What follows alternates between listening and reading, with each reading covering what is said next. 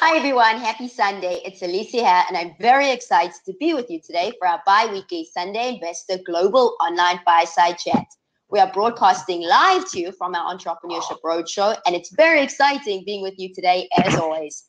I've just returned from Dubai and presenting at the World Forum on Foreign Direct Investments in Shanghai, and I can't tell you how excited everyone is with what we're doing. Things are really getting exciting for the future of our global online fireside chat community, and we can't wait to share all the exciting updates with you, our global community of entrepreneurs. Today, once again, we have an amazing session planned for you. We have a panel of brilliant investors and entrepreneurs joining us from across the globe, logging in to help you hone your entrepreneurial killer instinct. As an entrepreneur, the idea of success should theoretically be built into our DNA, but the question is, how do we ultimately achieve it? Today, we're going to be uncovering some of the biggest startup myths associated with becoming a startup entrepreneur and what the investors know that we as entrepreneurs don't and wish we did. Today's format is a little different from usual, as we have both investors and global entrepreneurs joining us together in residence and ready to debate for the first time ever in an investor session. It's going to be tons of fun. Now that we've got you all so excited, let me go ahead and introduce you to our VIP guests before asking them to properly introduce themselves to you. Welcome to Minneapolis, USA-based Hassan Sayed, who's a technologist, innovator, investor, advisor, leader, entrepreneur, and founder of IdeaJust, a virtual global incubator. Welcome to India-based Tejveer Singh, who's an entrepreneur, product fanatic, and business development expert. London, UK-based Dayo Abhinusawa, who's a corporate finance expert, advisor, educator, and strategist. Shanghai, China-based Joseph Joachim Guimier, who's an inventor, entrepreneur, global business developer, and photovoltaic expert. And welcome to India-based Himanshu Chaudhary, who's an aspiring educator, multiple startup veteran, technologist, entrepreneurship activist. And last but definitely not least, welcome to Vietnam-based Nguyen Long Song, who's an investor, entrepreneur, trainer, coach, project manager, and consultant. Now, I know you want our VIPs to introduce themselves to you, so let's ask them to say hi. Tej, please say hi to everyone. Hey, thank you so much for the introduction, Alysia. At the outset, would like to thank you for inviting us for today's session. Would like to also thank Darren for setting up the entire thing. I hope by the end of it, we would have either broken few myths about our startup world or at least added few more to the existing repository. So for starters, I've had like 17 plus years of journey in the ITES space. It more or less coincides with the way tech story has unfolded in India. From the highs of being part of the leadership team, which did India's second most oversubscribed IPO, to the euphoria of raising funds for my tech venture, to the lows of divorcing myself from a venture which I had co-founded. I've gone through this entire set of milestones in my startup journey. In my current avatar as one of the co-founder of Vayus Technologies, I'm helping out the startups, in their journey, both from the perspective of building their organization as well as how they should roll out their product. So that's all about me. Thank you so much. Awesome. Tej, welcome. Very excited to have you join us. Let's ask Hassan to say hi from the US. Hi, Alysia. Thank you very much, and Darren, for setting it up. My name is Hassan Sayed.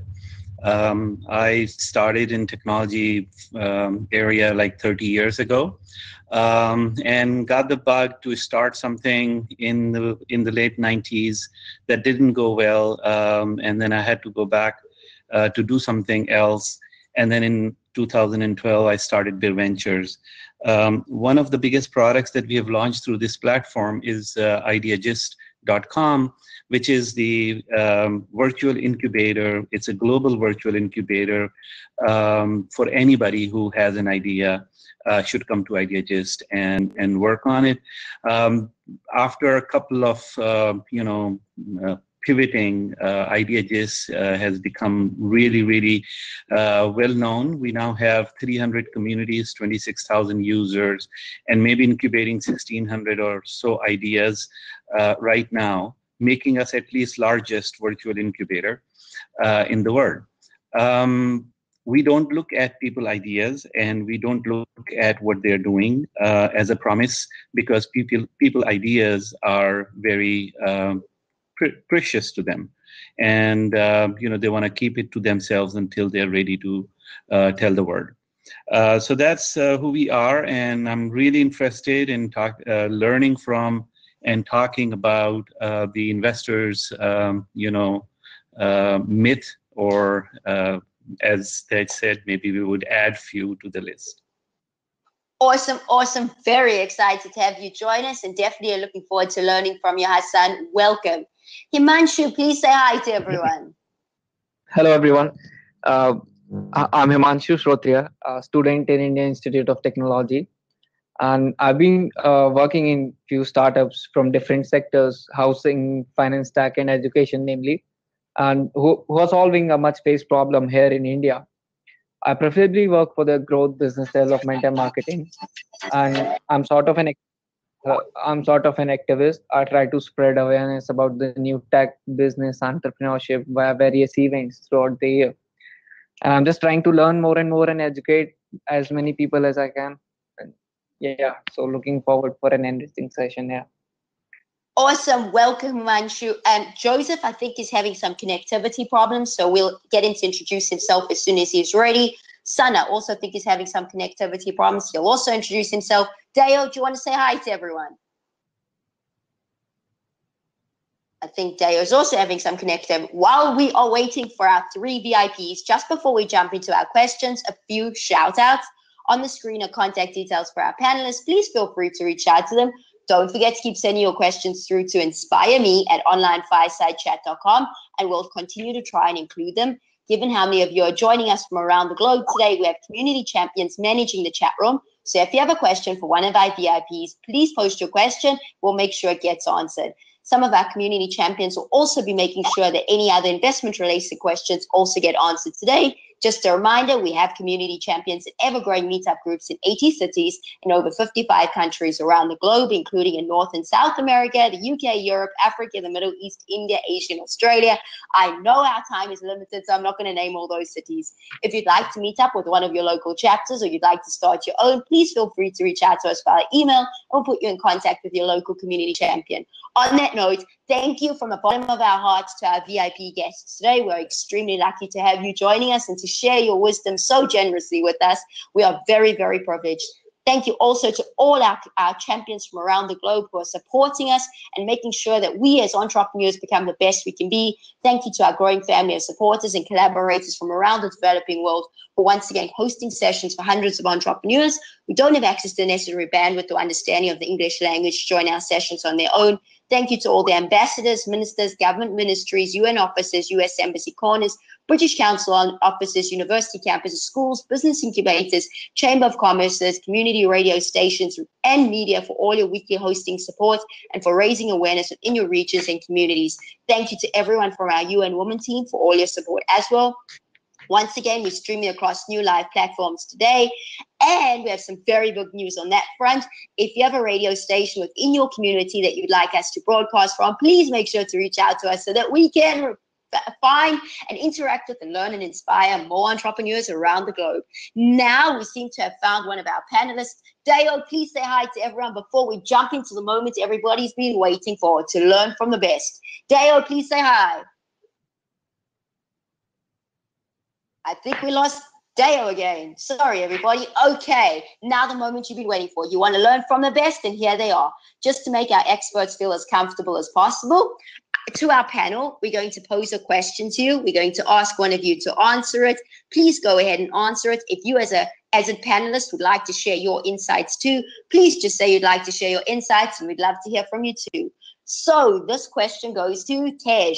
Tej, here we go. In your opinion, what is better, a technology concept or an old-fashioned meat and potato, old-school style business? What would you recommend young entrepreneurs pursue? Okay, yeah, this is where the confusion starts actually. The moment you use the word young, right? With young, normally you would also kind of expect that, that person would automatically, by default, go for something which sounds and looks cool. And if it has to sound and look cool, then the technology becomes a very obvious choice, and that's exactly what's happening right now.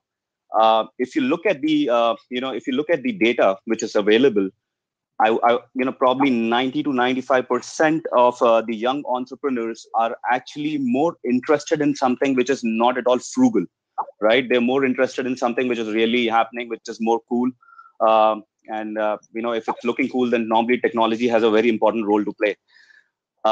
Now, when it comes to a suggestion, when you actually go ahead and so it's either a natural moment that you're sitting under the tree and you see the apple falling and you're thinking like, okay, why the hell did the apple fall, right? So it's like a natural discovery. You come across a natural problem and you say that, okay, this is a natural problem in my ecosystem and I need to work on it. Forget the piece whether it's looking cool or it doesn't look cool. It's got frugal innovation involved in it, but this is a problem which is there and it needs to be fixed.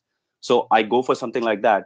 Or the second thing is like, what everyone else is doing, I would also pick up one such idea and start working on it. My suggestion is always to go for something which you naturally feel for, because if you naturally feel for it, then it's something which you would naturally believe in it.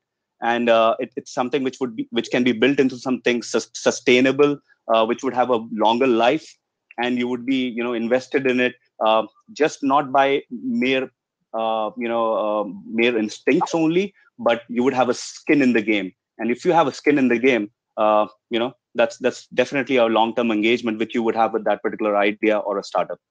Awesome way to start today's session. Thank you, Tej. Now, Himanshu, as a young entrepreneur, what do you think about what Tej has been saying? See, to be very honest, I just couldn't agree more to what Tej has said. It is each and everything is just too appropriate.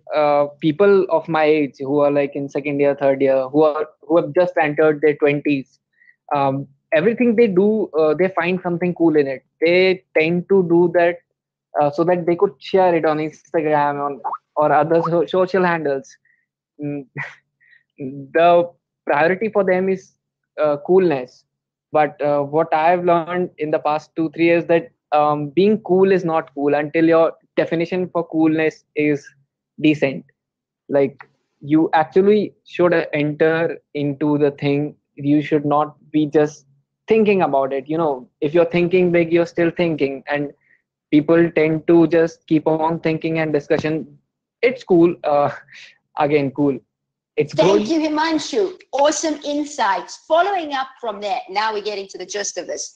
Hassan, I think one of the biggest issues with either aspiring entrepreneurs or all entrepreneurs is that we all believe we're going to be millionaires. Given what you do and given the fact that you know so much about entrepreneurship, how true is it that all entrepreneurs, or a large part, or some entrepreneurs by now, are going to end up becoming millionaires? Please share the truth. Yeah.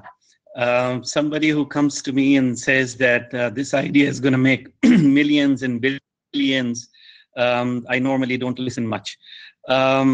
Without having the purpose of improving what we have around us, none of the ideas can grow beyond a certain point. There has to be a more fundamental appeal to an idea for it to be. I mean, money is the second. People would say, "Oh, yeah, it's easy to say," but truly, money is the secondary thing. If you're good at what you're doing and you're doing a good thing, then benefiting from it is just natural. So any entrepreneur who starts with the idea that they're going to make lots of money, I think that they have to think through, because first maybe 4 or 5 years of that time is going to be wake up 6 o'clock in the morning and go to bed at midnight and wake up again and work 7 days a week, and that's how it's going to be. And with all the uncertainty with that, would they be living that uncertainty? Would they be putting all that time in the hope to make some money or some millions? I doubt it. Thank you, Hassan. Some very valuable insights. I think we have Deo back. And Deo, let's talk competition. I know this is a big thing for many entrepreneurs. I've heard it time and again where they come to and they pitch and they say, well, I have no competition. This is brilliant. In your opinion, is it a good or bad thing when entrepreneurs either have no competition or have lots of competition? I think we lost Deo again. Tesh, you want to go for this one? Give us your thoughts. The good, bad, and ugly of competition. Oh, competition is absolutely healthy. It's something which you actually look forward to. It's a normal human instinct, right? Firstly, if it's, I guess even from an investor perspective, if a startup approaches them and says that, this is something which no one has done, but we're going to do it for the very first time, even the investor would not have confidence in that idea, right? For the simple reason, because it's a first time thing which is going to happen, and it might work, it might not work. So the first time mover normally has an advantage, but also has loads of a disadvantage because it's going to happen for the very first time. So, but say, for example, if a guy enters a particular segment wherein there are already 2-3 players present in that segment, it would mean that that particular startup already has a lot of data points to work on. They already know that, okay, say for example, Amazon, right? So Amazon.com is there in this in the marketplace segment for a lot of time. And in India, in last 6-7 years, we had like hundreds of e-commerce platforms which have been rolled out, and most of them have bled a lot. But at least they had a proposition already in place. They knew exactly the model which Amazon had put in place at a global level, and they could emulate it and tweak it to fit and to fit into the Indian ecosystem kind of setup. So competition is good. It keeps you moving. It keeps you getting a lot of data points. You know exactly what's happening around you. You don't have to worry about customer adoption because customer adoption has already been done by the early mover. And also you keep improving. That's the most important point. If there is no competition, you would cease to grow. Competition kind of compels you to improve. It compels you to iterate your product on a daily basis. You keep thinking, and we all know if we keep our brain working on a particular idea continuously, it's good for the business. Awesome Hello. insights. Thank you, Tesh. Hassan, following up from what Tesh was saying, as I say, you get pitched by hundreds of entrepreneurs. One of the issues that I think a lot of young entrepreneurs or first-time entrepreneurs have is that they're scared to tell people their ideas because they have this idea that people are going to steal it. What are your thoughts, and how do you respond to entrepreneurs on a big scale when you keep hearing this message over and over? That's so true. And what I have learned from it, Alysia, that it's a journey.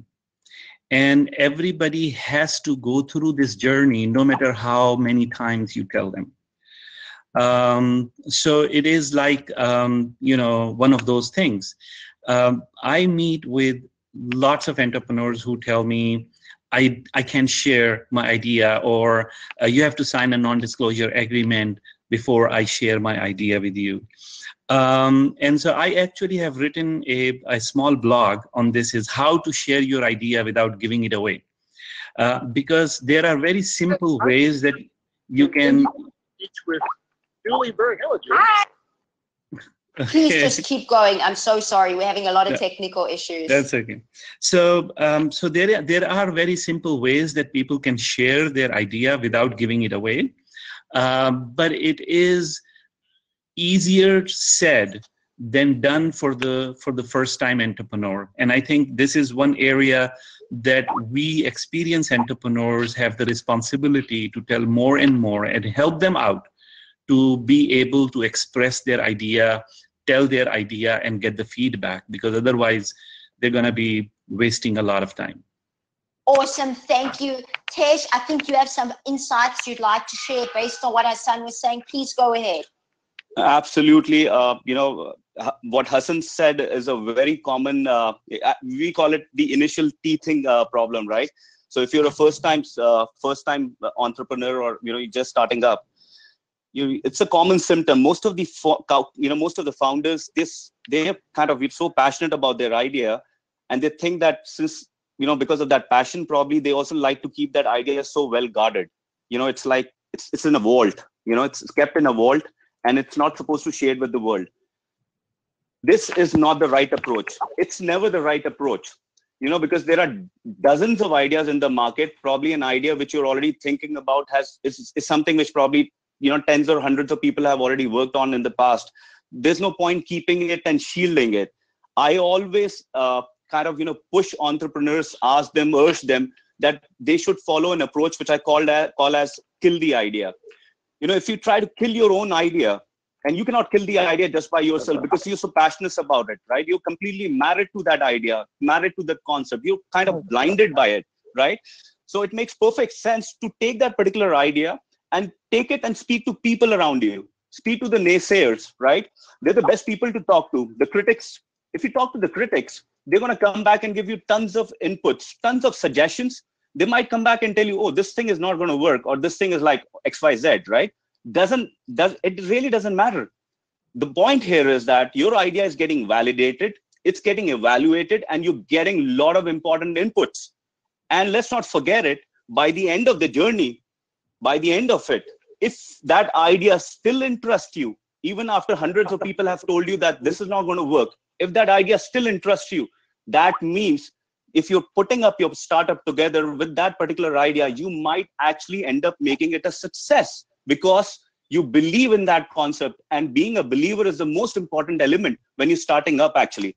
So listen to the people around you, take your idea to the market, go talk to people about it, keep collecting points, keep iterating, and keep building on it. There's a lot of pivoting which needs to happen when you're in that right initial phase. And once you got all those grounds covered, you're good to go. Brilliant insights. Thank you, Tej.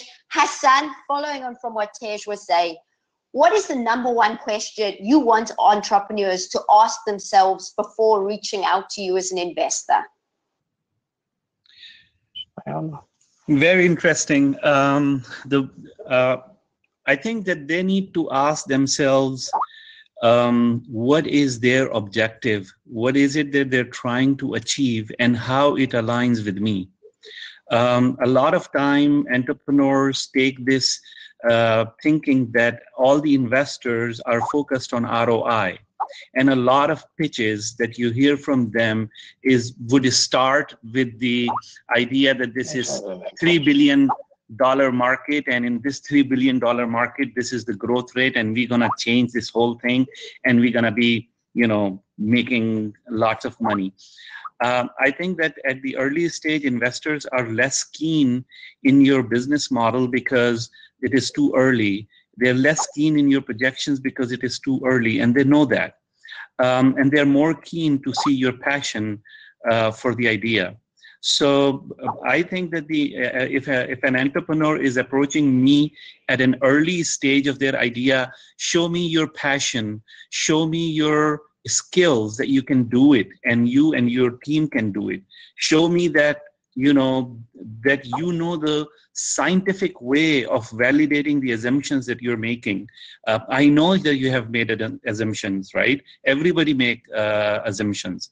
So these are the few things, but I think the key point is that if you're at an early stage, talk about your passion. If you're a late stage, talk about your business model.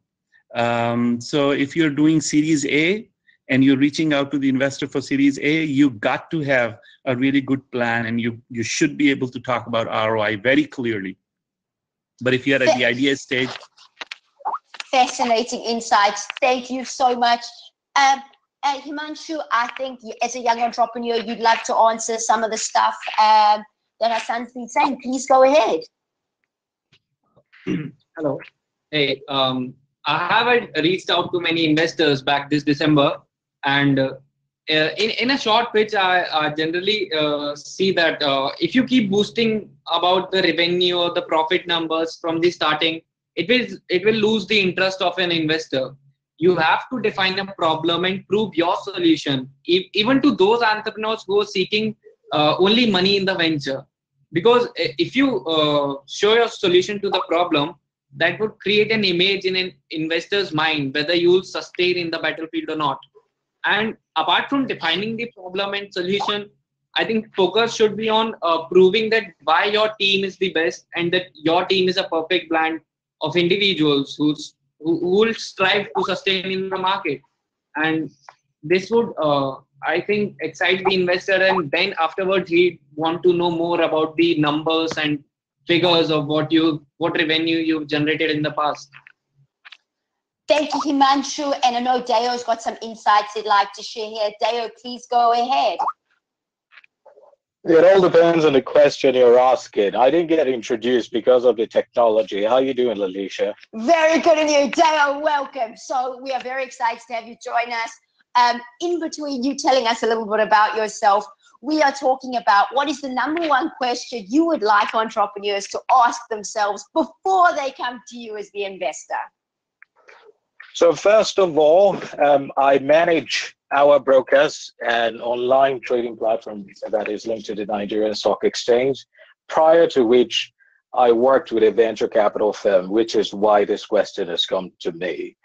In regards to entrepreneurs reaching out for investment, I think off the top of my head, first thing I would ask is that they solve a problem.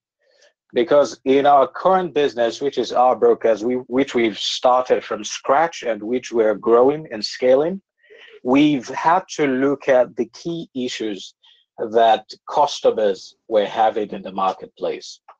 So based on that issue, we've looked at the whole value chain and we've been able to identify how we could solve that problem. For us at Our Brokers, it's because for the Nigerian Stock Exchange, you have a lot of investors scattered across the world that trade cash physically.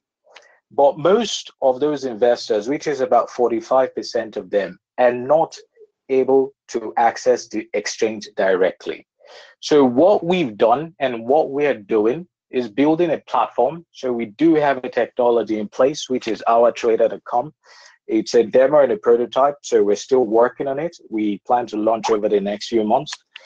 And the intent is that we solve the problem of these investors that are scattered across the world to enable them trade financial securities on Africa's largest stock exchange without the need for an intermediary. So what I would say, if you're starting out as an entrepreneur, one is to make sure you're solving a problem for someone out there, and two, make sure that your problem is able to generate some sort of revenue, because in the end, no matter how wonderful, yeah, no matter, yeah, go on, I could go on and on, carry on. Thank you, Dale. And we're going to be following up because those are two critical pieces of advice. And now talking about that and talking about actually solving a problem and bringing in revenue, Tej, this question is for you. What type of pitch loses your interest straight away? I guess, if it's stereotypical, it's a big no typically. And this is again a problem which we have in the current ecosystem. There's so many templates which are floating all over the place. People are just, the startups are falling in that trap of using the good old traditional templates to actually go ahead and pitch their business. So one is the stereotypical approach. Number two would be the case wherein a person is talking more about, the revenues and the figures and, the numbers right in the beginning. So if somebody's completely talking about figures and and just building a story around it, then that's again a big no. And I think the third element, which is definitely one of the most important key elements, when you're actually introducing yourself and giving a pitches, as Deo also said, is obviously the fact that what problem you're addressing, right? That's a very important central point. So, you need to build the entire story around it. But when you're building that story, the next element which comes in very importantly is, okay, this is the problem. This is how we're going to solve it. And this is the team which is going to do it, right? So if the team element is a very important element. If it's a one-man show, it's a challenge. If it's a two-man show, okay, they can get things moving. But then the competencies of both those people who are in it, So it's, so importantly, the team has to be there, which is going to go ahead and, get those things in place. So I believe these are the three important points, which typically would, make the decision go on the other side. Thank you, Tej. Hassan, we'd love to hear your insights here. Deo touched on this critical issue of solving a problem, generating revenues. Tej took it a step further and talked about the critical importance of the team. What type of pitch loses your interest straight away? We'd love to hear your expert insights. Yeah, absolutely. I fully agree with Tej on, somebody starting with just focusing on these numbers. It also depends what stage they're in, and what stage, they're looking for the investment. I suggest every entrepreneur to share the passion that they have. If they're solving a problem, why? What is their connection to that problem? And if they can explain problem and their connection with the problem, or the people who are having this problem, and they're passionate about it, I think that's the first test. And the second test, as Tej said, is who do you have to work with you? Are they complementing each other, or they all are software developers? They know each other, right? So having that diversity in the team is important. I think these are the two things. So the no is somebody just talking about the numbers, and yes is based on these couple of factors. So thank you for sharing that, Hassan, and I'm going to jump right in. I'm going to ask you this follow-up question, and it goes out to our other panelists too. As far as advising goes, and I think a big issue for a lot of entrepreneurs is differentiating between the role of investor, advisor, mentor, and extending that a step further, the role of paid startup advisors. You're an expert in the space. Please, Hassan, give us some insights in terms of what's the best way to go. For a lot of these entrepreneurs, they often just do the wrong things simply out of a lack of knowing. This is such an important topic. Understanding the conflict of interest for an entrepreneur is the key to build the team and support circle around them. Understanding why anybody is coming on board and working with them, this is the key for them to build lasting relationship. There are definitions which are not very well known for all these roles which you just asked. So a mentor is a volunteer. If a mentor is asking for any kind of interest, then it's not a mentor, it's an advisor. And then the advisor who is taking cash most probably would be a consultant than actually an advisor. And so, entrepreneur need to understand why they're, doing what they're doing. An investor, again, depending on the investor role, an investor can be just an investor, but especially in the case of angels, you would want them as an advisor plus investor, because they're putting their skin in the game and they're going to bring you the best advice from their experience. So, I think that the key is here to understand why anybody is coming to help, and sometimes titles that don't matter that much. Thank you, Hassan. Fantastic insights. Now, talking about the role of investors, there's this perception, and this question comes from an investor, so here goes, but there's this perception when it comes to entrepreneurs that investors don't like to work as hard as entrepreneurs. TJ, we'd love to hear your thoughts on this. And a follow-up question from that, TJ, is often entrepreneurs want their investors to get more involved in their businesses and take on bigger responsibilities. How can we incentivize you to get more involved in our businesses? Okay, so I can probably relate to this question quite a bit. Firstly, let me be brutally honest here. If you've co-founded a company, right, or if you founded a company, that's your baby. You typically are very passionate about it. Yes, you would like to keep your doors open to listen to people. You would need those advisors around you who would give you a lot of important piece of advice.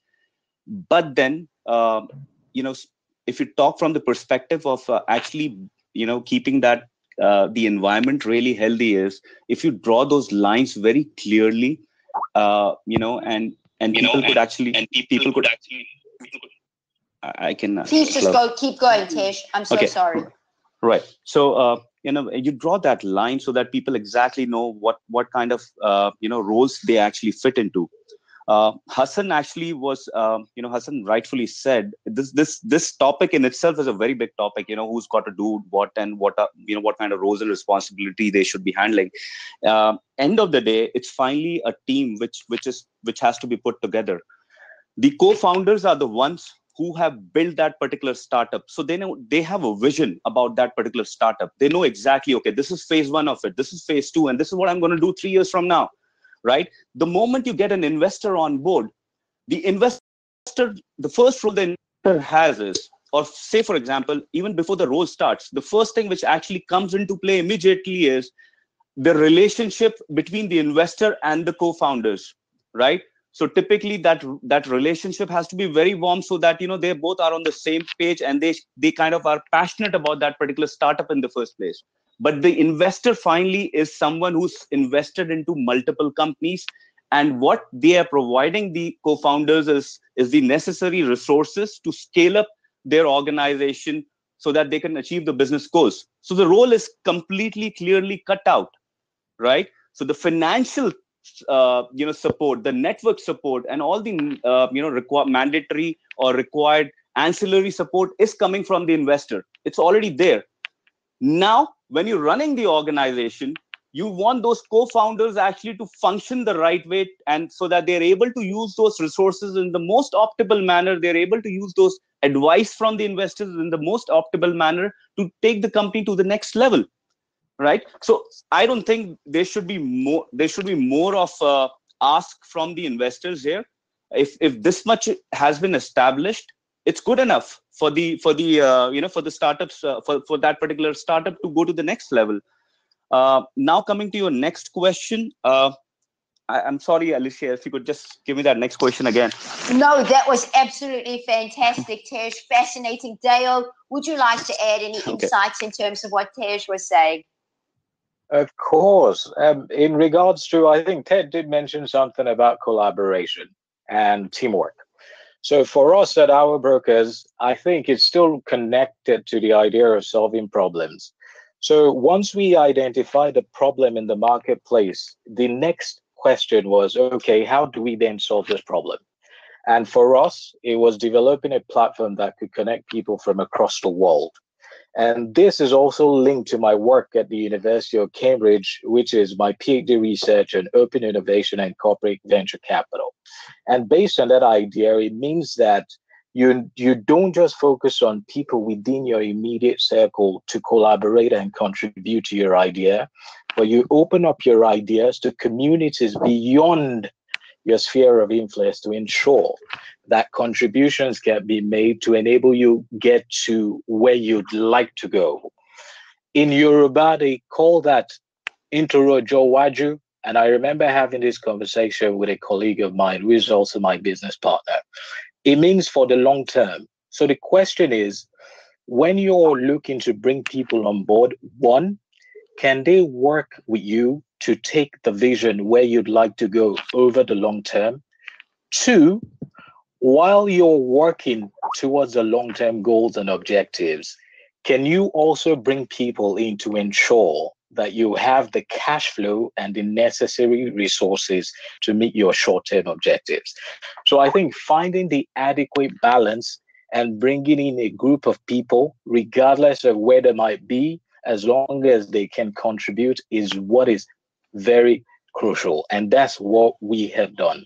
So we have a team that is scattered across the world, extraordinary people from diverse backgrounds. We've got people in the US, in the UK, here in London, in Cambridge, in Nigeria, in Abuja, and in Asia.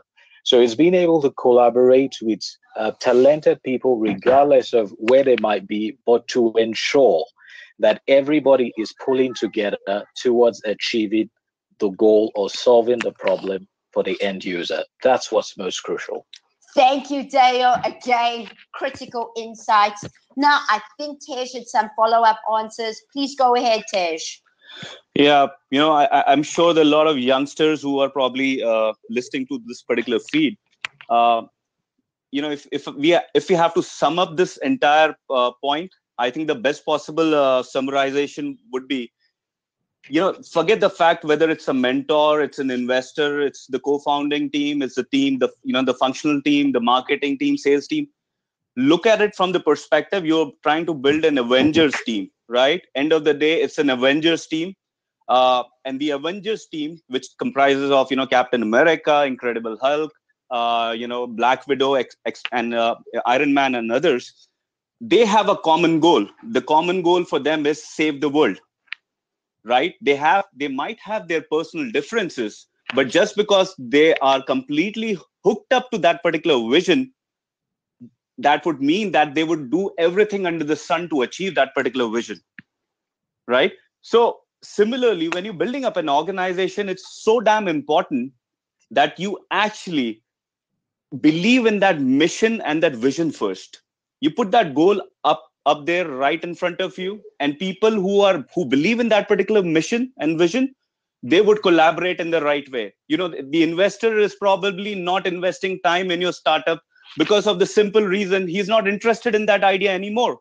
He's not passionate about it, right? But vis-a-vis that, if you got an investor on board who actually was so damn interested in that idea from day one, that was something which that guy wanted to do himself or herself, trust me, you would always have that investor sitting in your boardroom every second day, spending time in your startup, right?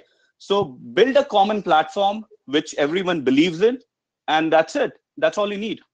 Thank you. Thank you, Tej. Himanshu, I think you wanted to add something here. Please go for it. Yeah.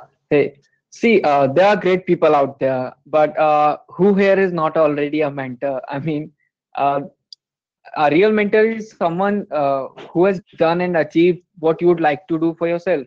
And there are most of the mentors who rarely provide an advice, yet they'll be challenging you more and more. They would be there to help you with amazing connections, but when it comes to decision making, they leave it to you. I just believe that meeting 100 of people might not help you. You should be brave enough to cut yourself from all the other things that might mislead you from the path of success. Like there must be a successful investor, but not every successful investor is great advisor or a mentor too. So you should be able to differentiate between all those three, I think. Thank you, Himanshu. Very interesting insights again. Hassan, this question's for you. So we've now established the role of the investors, the critical importance of the team. The question is, now say we take investor funding, and now we're all very excited because I think that's the role of an entrepreneur. You feel very empowered when you get your round of funding. My question is, how much freedom do we really have once we've accepted your check?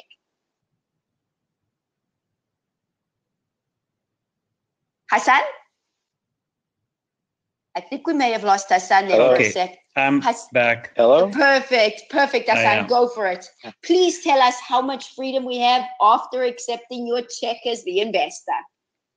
Right. So just like any other, question, this is a very deep question. I would say that you do give up a level of freedom, no matter what. The more, with every team member that comes on board, there is a level of freedom that you're giving up.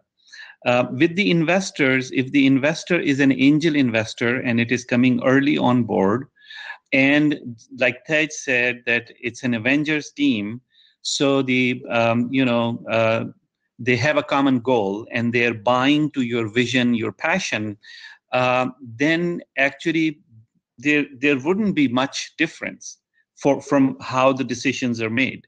But if you are after Series A and you have a large number of investors who have come on board now, their expectations are going to be focused more on growth, more and more on growth. And the decisions that were made before most probably would be made differently. And you would have, some influence of the investors in making those decisions. So you need to understand that. But that is also They're doing it for a reason, to grow your company faster, and they have experience too, and so they're gonna, that influence comes in. So it's just understand your situation, understand your relationship with the investors, and don't forget about them after taking the money. Fantastic insights once again. Thank you, Hassan. Dale, I know you had some insights you wanted to share here. Please go ahead.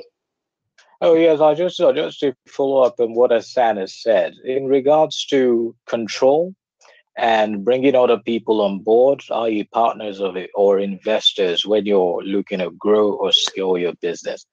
I think people misunderstand what the focus of the business is. It's not necessarily about the team in place that's running that operation. Of course, their interests are important, but it's about who you're solving a problem for. So for us at our brokers, we never lose sight of the fact that the customer is who is important, and being able to bring resources, whether it's finance, whether it's people on board, and bringing the right people on board and making sure that you're able to trust them and let them get on with doing what you've brought them on board for is very crucial. So I think when people are focused on whether to micromanage a project or a team, or to share responsibility with others who might have joined subsequently outside the co-founding team, I think it may be limiting in regards to the ability of the firm to grow. And I'll give you a good example. For us at our brokers, we started last year. It was a team of two. So myself and my business partner, who has been very, very, very supportive. It was just two of us, and we made decisions together. But when we received external funding, because we did raise finance, and we've had two stages of finance, we did have to, in as much as we were bringing up money into the company, it was with the intention of solving the problem for the customer. And what I've always said to people who come to me and say, oh, I might be losing equity in my business, the question is, would you rather own 100% of £100, for example, or would you rather own 5% of £1 billion? So I think it depends on the perspective the team and the management takes in regards to control. So I just think that it's important bringing the right people on board, but after you've brought them on board, trust them enough, if it's investors, to put money into your business and then advise you if advice comes. If it's partners or management, if they're experts or specialists in an area, you should trust them enough to let them get on with their job. But of course, there should be a framework, there should be structure, so that everyone is making a contribution towards achieving a desired goal and vision to meet the objective of solving the problem for the customer. Deo, thank you for those very real life insights. Fantastic. We all really learned from them. Tej, we'd love to hear your thoughts in terms of everything Deo was saying. Please go ahead. Yeah, again, what Hassan said, what Deo said, and what I said, we have a common moot point here. The moot point here is that if the goal is pretty much laid out right in front of you, if everyone believes in that common vision, the team would eventually collaborate. Like what Deo said was, end of the day, they're trying to solve a problem of a customer, right? And that's the goal. So it's the goal which has binded him and his co-founder, and they were able to take those decisions on the go. There's a problem right now, and this is another myth. I guess this is one of the biggest myths which is around the startup community at this point of time. And there's this particular term which is used for investors right now, which is called vulture. Vulture VCs, vulture investors. You cannot blame just the investors for things going wrong, or saying that you are investing in the wrong kind of startups. End of the day, it was a startup also which went to a particular set of investors and pitched their business idea to them, right? And in that haste of getting those necessary resources, in the form of money from that investor, they get them on board, So it was a democratic decision taken by a startup to get a particular set of investor on board, which probably didn't believe in their idea in the first place. So you made a wrong decision there and then, right? So it's important that you clearly lay out the goal right in front of you. That's the goal, right? This is what we guys are going to do. And whatever is possible under the sun to achieve that particular goal, we're going to do that. Now, the problem here is typically, and this is what I had faced, I had experienced the moment we got, some investors on board. The problem which typically I faced from product piece was, when you're building a product, you already have a product map in front of you, especially if you have conceptualized the product and you want to do this, you want the next feature you want to do is this, right? But when the moment you get an investor on board, the investor typically might not believe in that. He would probably, or she would probably come back and they say, you probably should not roll out this particular feature right now because it doesn't make sense. This is not going to help us in scaling up the product further. So this is where the adjustment needs to take place.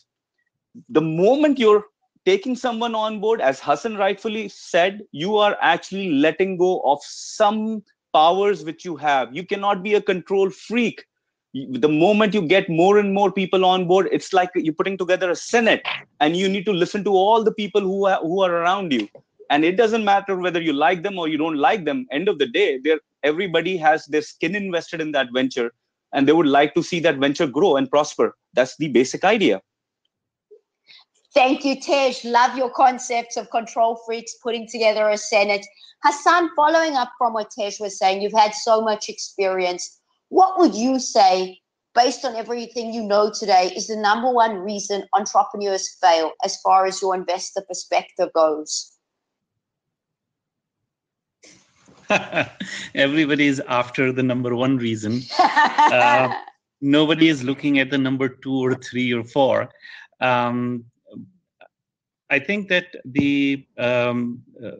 in adding money in a startup is a major milestone, and from that point onwards, decision making changes. And many of the entrepreneurs who had been the sole decision makers or major decision makers and a small team, very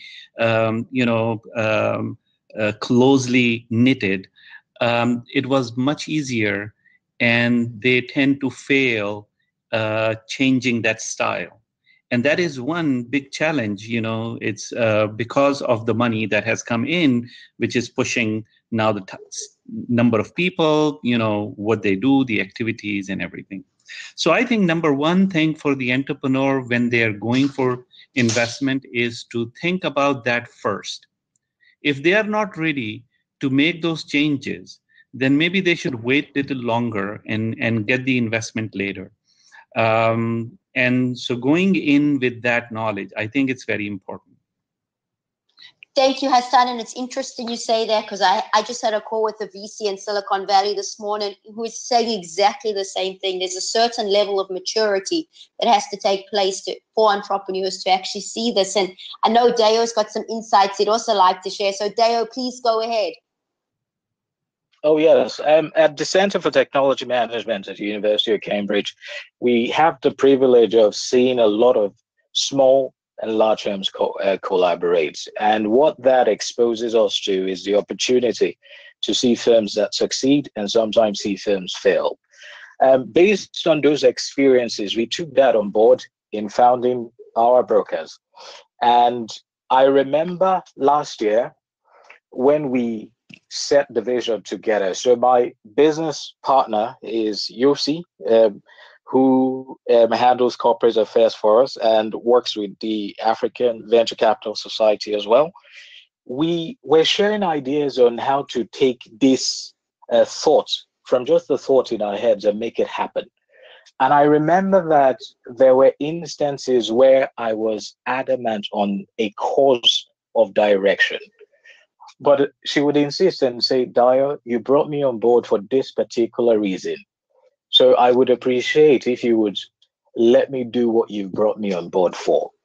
And anytime I heard that, it always reminded me of the countless examples I experienced in Cambridge where extraordinary multi-million pound firms failed just because leadership felt if they made a decision, there was no need to consider alternatives. So I think for us, what has enabled us triumph and succeed and continue to do so is the ability to be able to listen. So I think it's important. Yes, the strategy is crucial. Yes, understanding the market is extraordinary. Bringing in partners is good. I've seen $100 million million dollar companies fail, but being able to have the humility to say, you know what, I know what I'm doing. However, I know I don't know everything. And being able to listen to advice, I think, is very, very important. Because when you have competent people, what is a shame in most organizations is not allowing those people make the contributions they've been brought on for. And when that doesn't happen, you see people leaving those kind of organizations to places where they will be listened to. So I think it's important, teamwork, bring in the right people. And when you've brought them on board, listen to them. That is very, very important. Dale, we're very happy that you managed to log on because you've got some fantastic insights you're sharing here today. Now, thank you to our panelists. We're going to ask each of our panelists to please prepare a tweet piece of advice that we as entrepreneurs would like to go ahead and apply to our businesses. So while our VIPs are doing that, thanks to everyone for a truly amazing session today. My apologies for some technical issues. Just to keep you posted on our upcoming sessions with some of the world's best joining us again as VIP panelists. This coming Wednesday, we have Here's How to Really Raise Funding, the most successful pitching secrets investors know and that we need to start applying to those businesses. On June 7th, we've got Do You Work Too Hard as an Entrepreneur? Take control of your life right now. Again, we've got some extraordinary global business leaders joining us. Remember to keep us up to date in all your progress and exciting news. You know we love hearing from you and we love highlighting your success. As you know, you can drop us an email at inspireme@onlinefiresidechat.com. You can find me as well as our VIPs on LinkedIn as well as our champions. So please feel free to connect with us. These extraordinary individuals are enjoying spending time with you, love learning about you, and want to empower you. So feel free to reach out to them. Don't forget, if you enjoyed today's session and feel there are entrepreneurs who may benefit from our fireside chats, continue to share the invitations as we need your help to get to our 100-country goal. Now, the moment you want to hear about, and here it goes. Let's ask our VIPs to share their tweet piece of advice. Tej, please go for it. Okay, so we've been talking about startups, so my advice would be, when your time is up, you will be at peace if there is no music left in those years. One life, go live it up. Exquisitely said at a very troubling time in the world. So thank you, Tej. Most inspiring. Hassan, please go for it. I think we lost Hassan there for a minute. Let's ask Himanshu to go for it. Himanshu, please go for it. We seem to have lost Himanshu too. Dale, please give us your tweet piece of advice. I'm here. Can you hear me? We can hear you. We are having lots of fun with technology today. Dale, please go for it. Okay.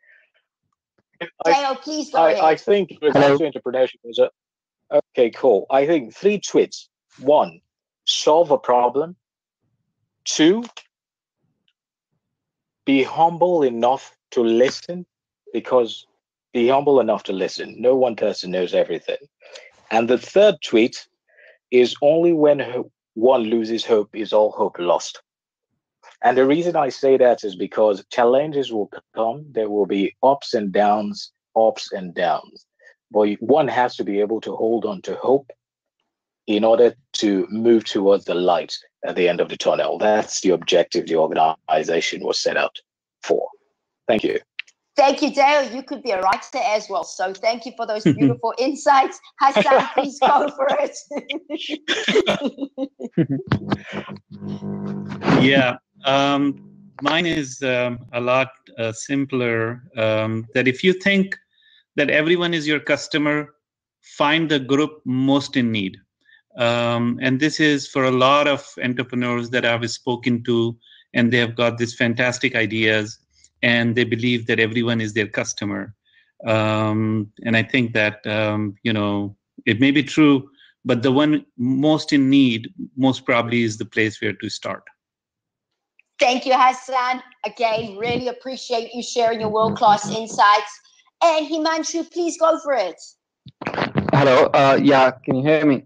Go for it. We can hear you. Hello. Yeah, sure. See, what I believe as of now, if there's anything that really matters more than money or anything, is your purpose and determination to do things.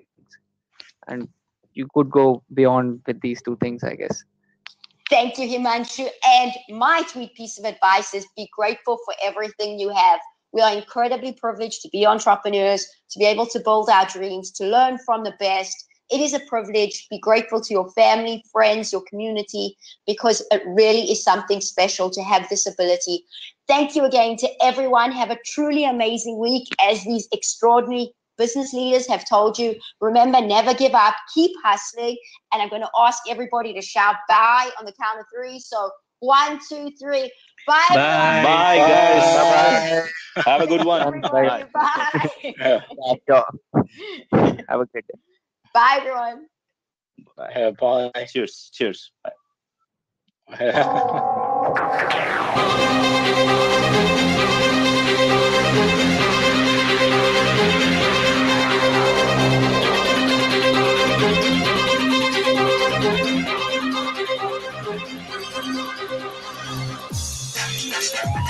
Bye.